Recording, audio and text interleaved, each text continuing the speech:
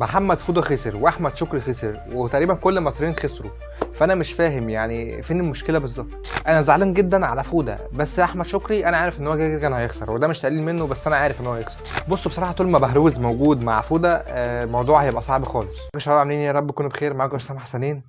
تعالوا نشوف بقى ايه دبي برو. الفعاليات بتاعتها. دبي برو يعتبر من اقوى 3 بطولات في العالم بعد المستر اولمبيا وارنولد كلاسيك. دبي برو بتيجي على طول بعديهم، فالبطوله بتبقى عنيفه جدا، المنافسه بتبقى قويه، المكاسب الماديه بتاعتها بتبقى كبيره. نبدا بالوزن المفتوح، وده للاسف اللي كان مضايقني جدا في البطوله كلها.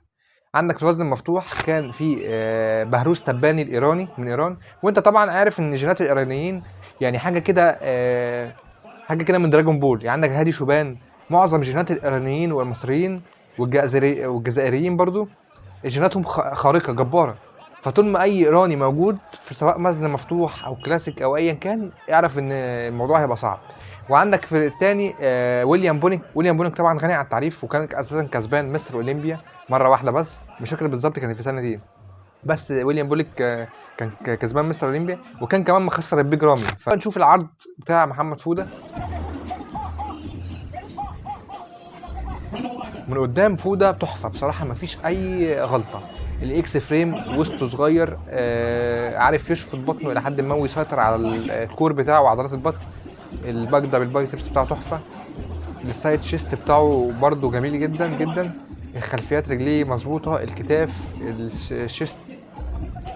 ولكن للاسف مشكلتي الوحيده مع فوده، ودي اللي مضايقاني، ودي ستيل هتفضل نقطه ضعفه. ظهره. ظهر فوده مع الاسف سيء جدا، وده مش تقليل منه، انا بحب فوده جدا، ولكن ده واقع.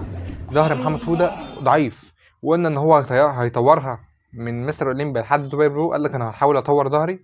طبعا ظهره اتطور جدا مفيش كلام، وبقى اتغير تغيير 180 درجه والاحسن. ولكن برضو لما بيتحط مع بقيه اللعيبه، لا الفرق بيبان. شايف الفرق ما بين الخمس لعيبه في الظهر؟ بهروز مرعب، ويليام بونيك غريب. برضو الاثنين التانيين السمر دول برضو جسمهم في الظهر جامدين فشخ. من قدام محمد فوده شكله تحفه، يعني شكله جامد. السايد شيست بتاعه تحفه، الفرونت دبل باي بتاعه جميل، عارف يتحكم في وسطه. الوسط بتاعه صغير، الاكس فريم جميل.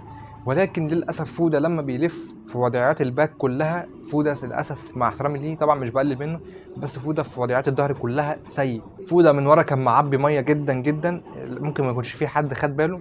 ولكن اول لما طلع وفوده لف، شكل ظهره معبي ميه، القطنيه واللور باك معبي ميه، الجلوتس وخلفيات رجليه كلها معبيه ميه.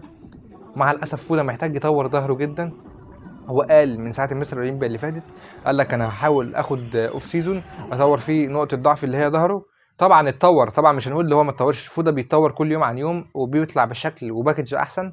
ولكن مع الاسف لما بنحطه وسط لعيبه الموضوع صعب. اما بقى ندخل في فئه ال 2 1 2، فاللي كسب نهاد كايا اصلا تركي، وكان كسبان المركز الثاني في فئه ال 2 1 2 برضه في دبي برو السنه اللي فاتت. وجاي بصراحه السنه دي بمستوى احلى بكتير من اللي قبله. وكان وخد بالك نهاد كايا ده اصلا عنده 22 سنه، فان هو يبقى بالشكل ده في 22 سنه بصراحه الموضوع كان الموضوع فيه حاجه مش مظبوطه. جيناته شبه جينات بالظبط ديريك لانسفورد ايام لما كان بيلعب في فئه 2 1 2. وانا شايف ان الواد ده ليه مستقبل كبير جدا، خصوصا ان هو ممكن كمان يحول لفئه الوزن المفتوح، ان هو جسمه والفريم بتاعه يستحمل عضلات اكتر من كده بكتير، زي ما عمل بالظبط ديريك لانسفورد. انا كنت شايف ان هو كان ممكن ياخد مركز تاني، ولكن اللي خد المركز التاني ما كانش للاسف عارف يتحكم في بطنه وعضلات الكور بتاعته. اللي خلاه ياخد مركز اول ان هو كان عارف يتحكم في عضلات البطن والكور بتاعه. اللي خد مركز تاني للاسف كان مش عارف يتحكم في عضلات بطنه، زي بالظبط مشكله نيك ووكر. مستوى جامد وكل حاجه، بس مش بيعرف يتحكم في عضلات بطنه، وبطنه بتبقى منفوخه. فعشان كده نهاد كسب المركز الاول، ما خدش المركز الثاني. ندخل بقى على فئه الكلاسيك. ميشيل دعبول خد المركز الاول. طبعا ميشيل دعبول من سوريا، ما شاء الله كل شويه عمال يجي بمستوى متحسن اكتر من السنه اللي قبلها، ودي دافع كبير ليه ان هو ياخد ياخد دبي برو السنه دي، وده دافع ليه كبير قوي في المستر اولمبيا.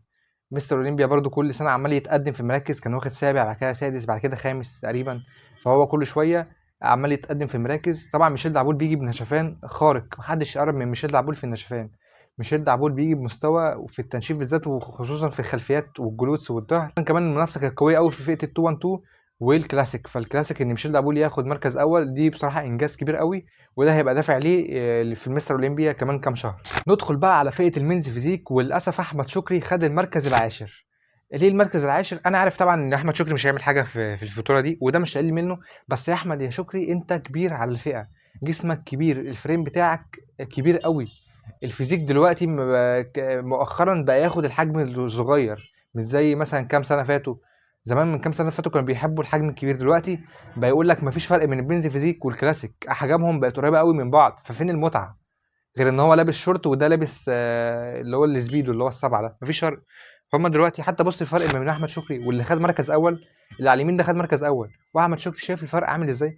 احمد شكري كبير، كتف احمد شكري ضخم، الترابيز بتاعت احمد شكري تربيس احمد شكري طالع عند ودانه، الظهر بتاع احمد شكري شكله اجريسيف قوي وغشيم كده، ان هو هيعمل اوف سيزون وهيكبر رجله ويدخل كلاسيك. انا مش عارف بصراحه كابتن كيمو دخله ليه في الفئه دي خالص يعني، ليه نزلوا الماتش ده؟ انا شايف ان ما كانش ليه لازمه انه ينزل دبي برو في الفئه دي، كان ممكن يجرب في فئه الكلاسيك ماشي. بصراحه ما بتفهمش دماغ كيمو المدرب بتاعه، بصراحه انا اعرف كيمو على المستوى الشخصي و... ومدرب محترم جدا ومطلع ابطال، ولكن اتمنى ان احمد شكري كان نزل الماتش ده فور فن، والرقصه الاخيره في الفئه المنزل فيزيك، وان هو كده كده هيدخل في كلاسيك، بس هو نازل يجرب. اتمنى ان ده اللي يكون في دماغ احمد شكري، لكن ان هو بصراحه يكمل في المنزل فيزيك لا، مش هيعمل حاجه وانا عارف انه مش هيعمل حاجه، حجمه كبير. فكده نرجع بقى للوزن المفتوح اللي خد مركز اول، بهروز تباني مش بيشارك في مستر اولمبيا، لان انا قلت لك ان هو ايراني، وفي مشاكل ما بين الايرانيين والامريكان، وهم دلوقتي ما بينهم حرب وفي صواريخ، ومين بيضرب في مين ومين بيضرب صواريخ في مين، فمشكله الفيزا من ايران لامريكا مستحيله. فبهروز تباني كسب دبي برو السنه دي، وكسب السنه اللي فاتت، فالناس مستغربه طب ما تخش مستر اولمبيا جنب هادي شوبان. لكن الفيزا بتاعته بتتاخر او بتترفض بسبب ان هو ايراني، والمشاكل بتاعت الفيزا بتاعتهم بتبقى فيها مشاكل كبيره. خامس لمحمد فوده، ان شاء الله يا فوده تيجي مستوى احسن بكتير ان شاء الله السنه الجايه. فئه الكلاسيك ميشيل دعبول مركز اول، ان شاء الله دعبول هيجي بمستوى جامد اكتر بكتير من السنين اللي فاتت في مستر اولمبيا، وهينافس. وخد بالك محمود الدره كمان هينافس في كلاسيك، فممكن نلاقي ميشيل دعبول جنب محمود الدره، طبعا مع احترام فرق الاوطال اللي ما بينهم، ولكن انا حابب ان اشوف الاتنين جنب بعض، والاتنين اصلا في علاقه وطيده ما بينهم وصحاب. طبعا في المينز فيزيك مش عارف بصراحه، عمري ما شفت اللاعب ده اصلا قبل كده، ولكن دلوقتي مينز فيزيك متجهه للحجم الصغير والشكل الجمالي الاكتر، ما بقوش يحتاجوا قوي للشكل الكبير بتاع زمان ده. زمان اي لاعب مينز فيزيك عايز يحول للكلاسيك في ثواني، بيقول لك انا مش عاجبني المينز فيزيك انا هحول للكلاسيك. ليه؟